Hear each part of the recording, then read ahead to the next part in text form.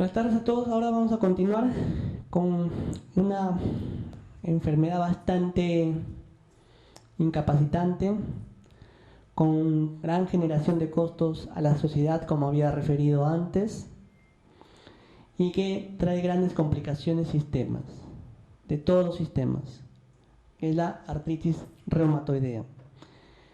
Desde el año 2010, que se hizo la clasificación de EULAR, existen algunas variaciones con respecto a la última actualización que se ha hecho en 2013. Pero vamos a tocar puntos específicos que antes estaban vagos o no se daban recomendaciones de grados y de niveles de evidencia aceptables. En cuanto a uno de ellos es la prevención de stroke en pacientes con artritis reumatoidea. Se dice que el riesgo de enfermedad cerebrovascular está incrementado en pacientes con artritis reumatoidea y permanece todavía una área médica que necesita más investigaciones. Solo una pequeña proporción de pacientes alcanzan una prevención del stroke de una manera adecuada. Factores de riesgo cardiovasculares clásicos aparecen subdiagnosticados y subtratados en dichos pacientes.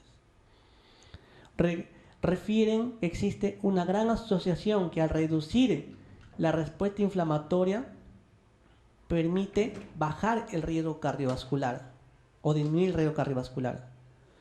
Un adecuado control de la actividad de la enfermedad y una valoración del riesgo cerebrovascular. Se debe usar guías nacionales para todos los pacientes con artritis reumatoidea. Se recomienda igual manejar factores de riesgo cardiovasculares. En la osteoporosis vimos el cigarrillo, acá también es el cigarrillo. El uso de corticoides, ¿cierto? Corticoides también, antiinflamatorios. Drogas en las dosis más bajas posibles cuando sean necesarias. Lógico que los corticoides juegan un rol importante en el control de los síntomas de pacientes con artritis reumatoidea, pero se recomienda a la dosis titulable más baja. El riesgo se incrementa en 1.5. Recomiendan usar determinadas drogas como las estatinas, los IECAs, los ARAs o los beta bloqueadores como opciones de tratamiento. La terapia biológica debe ser manejada de acuerdo a la necesidad del control de los síntomas y para alcanzar la disminución temprana del estado inflamatorio propio de la artritis reumatoidea. Se habla que un control temprano mejora los riesgos cardiovasculares, mejora el perfil metabólico y lipídico, reduce la incidencia de enfermedades cardíacas que pueden conducir a algún ataque a arritmias, dentro de ellas la fibrilación auricular. Otro punto es glucocorticoides, osteoporosis inducida por corticoides. Ya referimos, son necesarios, causan daño, se deben usar, sí, pero se debe usar una estrategia objetivo, tratamiento, centrándose en usar la menor dosis que nos permita un control o disminuir la actividad de la enfermedad. De igual manera, refieren que existen ya medicamentos para pacientes que están en riesgo de osteoporosis, incluso el uso de fosfonatos, agentes anabolizantes, son eficaces en el tratamiento de la osteoporosis inducida por corticoides. Pero a veces existe un subdiagnóstico y un subtratamiento de tales pacientes que están en riesgo para osteoporosis o que ya tienen osteoporosis inducida por corticoides. Pero también no existe o está en debate la duración de este tratamiento antiosteoporótico, por lo que el tratamiento debe ser individualizado en cada paciente, con el objetivo de ver una evolución de la inflamación hacia la mejoría. ¿Cómo se la maneja la osteoporosis en artritis reumatoidea? se habla que en artritis reumatoidea ya existe un riesgo de por sí de fracturas llamadas como clasificadas como vertebrales o no vertebrales que se duplican. ¿Debido a qué? Propio al proceso, a la amplificación mediada de la inflamación, a la pérdida de hueso por la inmovilización. Pero también refiere que hay nuevos tratamientos disponibles. Se debe valorar la osteoporosis en pacientes con artritis reumatoidea con los mismos instrumentos. Es lo mismo, el diagnóstico de osteoporosis, solamente se asocia el uso de corticoides.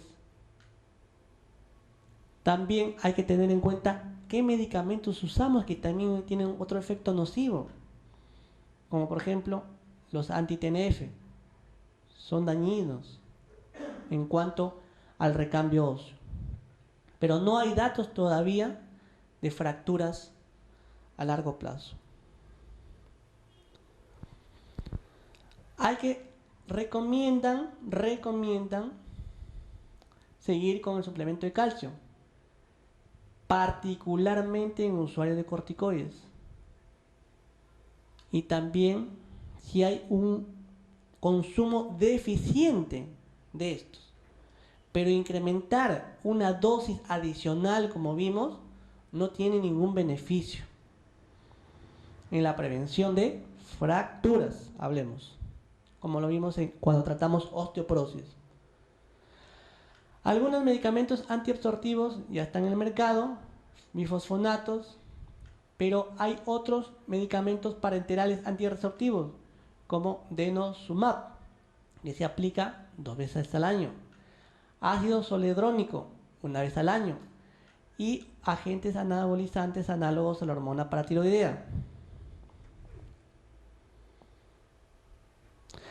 Existen unos nuevos agentes como el odanacatabit y anticuerpos monoclonales contra la esclerotina, pero todavía están en fase de ensayo, pero son prometedores sus resultados en fases iniciales. Un medicamento que se ha introducido es el tofacitinib en combinación con metotrexate o solo. Habla que es una alternativa para pacientes con artritis reumatoidea, pero hay que diferenciar el grado, en grado moderado o actividad moderada. Después de falla de al menos 2 diferentes esquemas de tratamiento, ya sea modificador de la enfermedad convencionales o con alguna terapia biológica ya usada.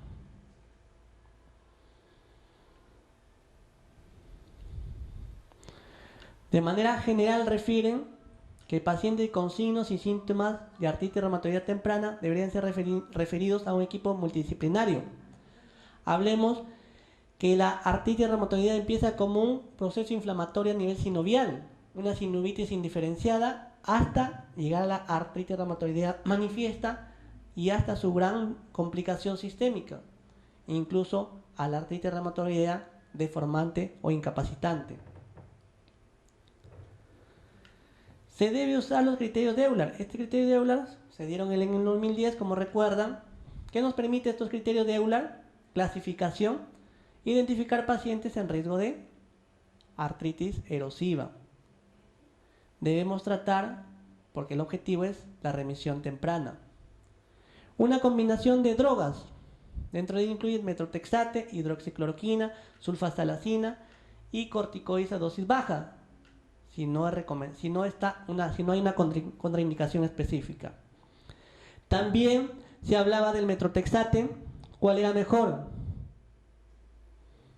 ¿Vía oral o vía parenteral? Ya hay estudios no solamente de este año, desde hace 5 años, sino que por el costo, pero es costo efectivo. Puede costar un poquito más, pero es costo efectivo. Metotrexate tiene mejor biodisponibilidad como inyección. Y también en cuanto acá la recomendación del glucocorticoides de manera inyectable intraarticular. También se recomienda a todo paciente debe ser un ejercicio adecuado, también recomendado. O sea, todo paciente con artritis reumatoidea no debe limitar estrictamente su actividad física. Si el target no es alcanzado, o sea, si el objetivo no es alcanzado con la combinación de drogas convencionales, una un esquema que incluya un producto biológico se debe realizar. Algo también olvidado es en cuanto a la utilidad de la ultrasonografía Doppler. Vemos que el gold estándar para la identificación de cambios de artritis reumatoidea temprana es la resonancia, pero es muy costosa y no está disponible. Pero también el ultrasonido es muy útil para identificar sinovitis, etapas tempranas de proceso inflamatorio de la artritis reumatoidea. Pero acá también dan un punto de vista en cuando hay una articulación que no se determina mediante ultrasonido generalmente, que es la rodilla. Entonces dice que sí se detectan mayores casos de artritis, mayor en fases iniciales, y que es una herramienta útil. También similar al prevención de enfermedades cardiovasculares en artritis reumatoidea, vemos que la prevención de complicaciones vasculares debería ser basado sobre una evaluación individualizada de los factores de riesgo. Ya hablamos de factores de riesgo, hablamos también que hay que limitar el uso de determinadas drogas que podrían incrementar el riesgo cardiovascular. El consumo de aspirina también es adecuado. Aquellos pacientes que están en riesgo, en alto riesgo, deberían consumir aspirina. O algunas vacunas. Y las vacunas todavía no están establecidas de manera formal. Por lo tanto, paciente con artritis reumatoidea, vamos a terapia biológica o a terapia no biológica, ¿cierto? Modificadores con terapia biológica o con terapia no biológica.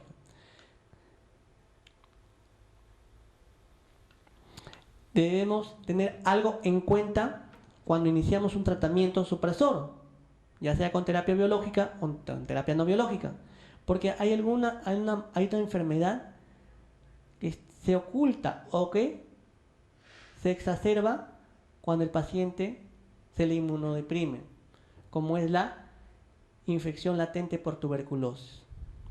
Pero para ello ya existen herramientas que son costo efectivas, son un poquito caras, pero al final son costo efectivas, como las inmunoglobulinas o los test para tuberculosis.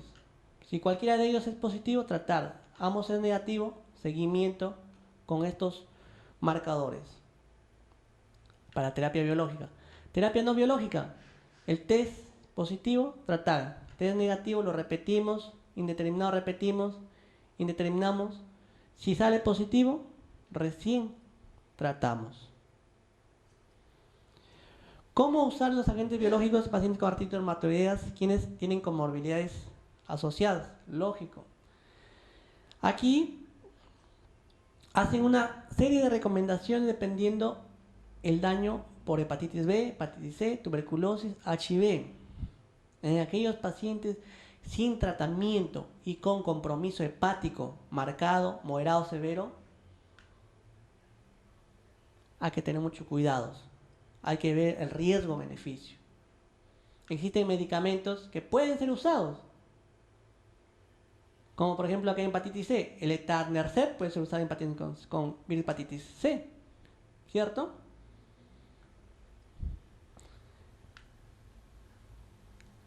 Debemos empezar terapia antiviral antes del uso de inhibidor del factor de necrosis tumoral o rituximab.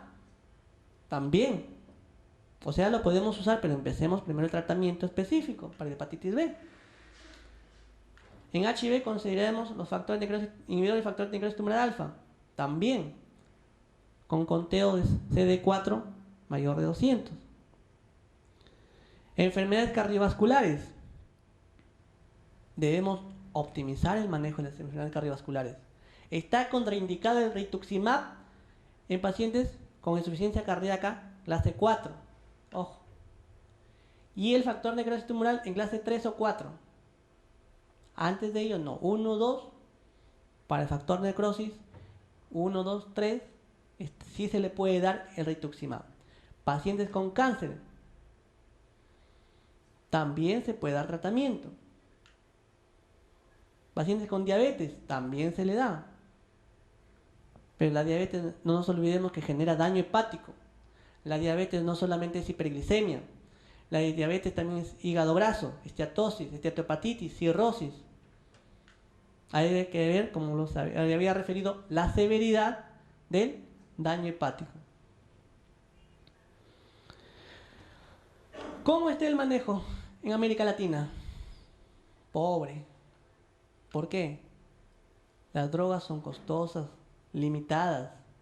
Las guías existen, lo podemos leer, pero no están dentro incluso del petitorio, hablemos de nuestro sistema de salud. O es muy difícil obtenerlo a tiempo. Es una investigación en la revista Clínica Reumatológica de este año, en América Latina. Eso ya es sabido, sino que ya se ha hecho un estudio grande a nivel de América Latina. Existe la asociación APLAR, donde da unas recomendaciones del año 2015, Asia-Pacífico, Asociación Asia-Pacífico de Artritis Reumatoidea, la Liga, donde empiezan refiriendo los niveles de evidencia y los grados de recomendación. Los grados de recomendación 1A establecidos es que el tratamiento de la artritis reumatoidea es una decisión entre el clínico, el médico y su paciente, y debería ser iniciado inmediatamente desde su diagnóstico. Otro grado de recomendación 1A es que todo paciente con reciente diagnóstico de artritis reumatoidea o enfermedad activa debería ser monitorizado para la actividad de la enfermedad cada 1 a 3 meses. Es difícil de hacerlo, ¿cierto?, en nuestro sistema.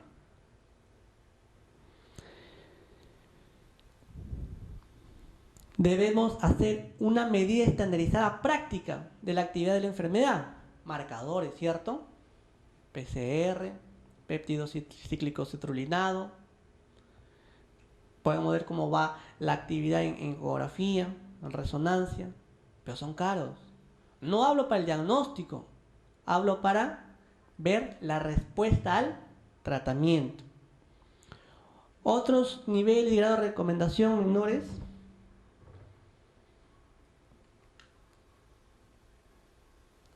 Se habla que se debe tener una buena calidad de vida. Se habla que la elección del tratamiento es basado sobre los hallados de la actividad de la enfermedad y el pronóstico, peor pronóstico y las comorbilidades. Lógico, como dijimos, depende de... No es que no se pueda dar, sí se puede dar, pero tenemos que buscar el mejor momento y el medicamento o esquema adecuado para dar el tratamiento respectivo. Un grado de recomendación ya bastante, como digo, si se desea se puede utilizar en última instancia, también existen. Por ejemplo, AINES o COX deberían ser usados en dosis más bajas para un corto periodo de tiempo más. En cuanto al rol del corticoides, deben ser dados para el control de la sintomático de artritis en combinación con el esquema de MARS convencional. Se habla que a las dosis más bajas, ¿para qué? Para prevención de accidentes cerebrovasculares, para la prevención de osteoporosis, como habíamos referido. Los corticoides son importantes en disminuir la actividad inflamatoria y los síntomas combinados con el esquema convencional o con el esquema con productos biológicos para el tratamiento de la artritis reumatoidea. Pero busquemos la dosis más baja. A cada una dosis más baja, teniendo en comparación la prednisolona, menos de 7.5 miligramos por día. Los corticoides no son recomendados como monoterapia. Los corticoides orales deben ser considerados en control de la actividad en combinación con los esquemas respectivos. Debe ser el tratamiento, el esquema de tratamiento con corticoides debe ser lo más pronto posible al diagnóstico. Se habla que el metrotexate, ya hablamos las otras drogas ya específicas, controladoras de la enfermedad, es la piedra angular, la droga angular del tratamiento. Salvo que no sea tolerado, se puede dar otras drogas convencionales como leflunomide, sulfasalacina, hidroxicloroquina, todas ellas también consideradas como drogas de primera línea. Existen otras drogas, pero como las sales de oro, ciatropina.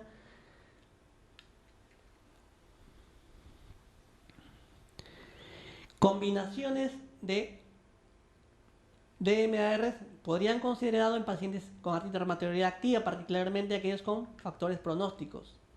La combinación de drogas, donde de ellas no debe faltar el metrotexate, salvo que esté contraindicado. La terapia triple es una opción efectiva en pacientes quienes muestran una respuesta inadecuada a la monoterapia con metrotexate. Se debe valorar al paciente cada 3 meses, también lo habíamos referido.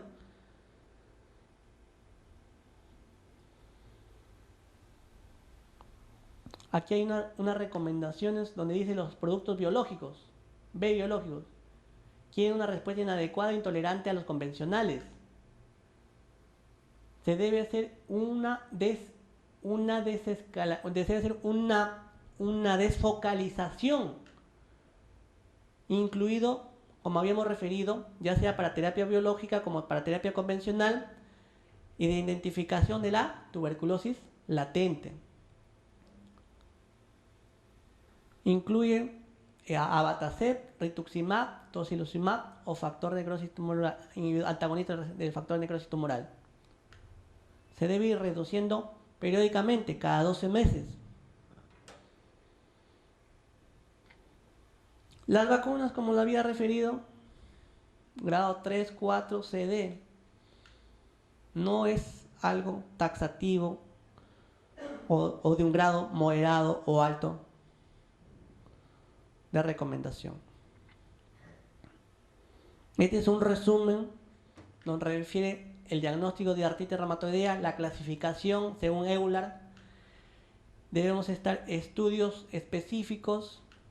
Valoramos aquellos que tienen pobre pronóstico o factores de buen pronóstico. Empezamos con la combinación con dosis convencionales, o aquellos que tienen peor pronóstico con la terapia biológica. Convencionales combinamos 1 o 2 o terapia triple. Si hay una respuesta, se da el tratamiento biológico. Tratamiento biológico 1 no funciona, se busca otro tratamiento biológico hasta tener el control de la enfermedad.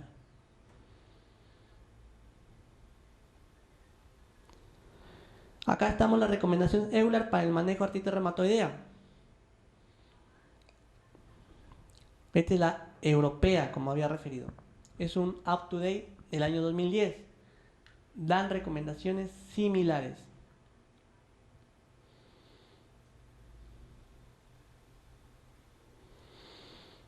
Bueno, vemos que es un muy bonito tema.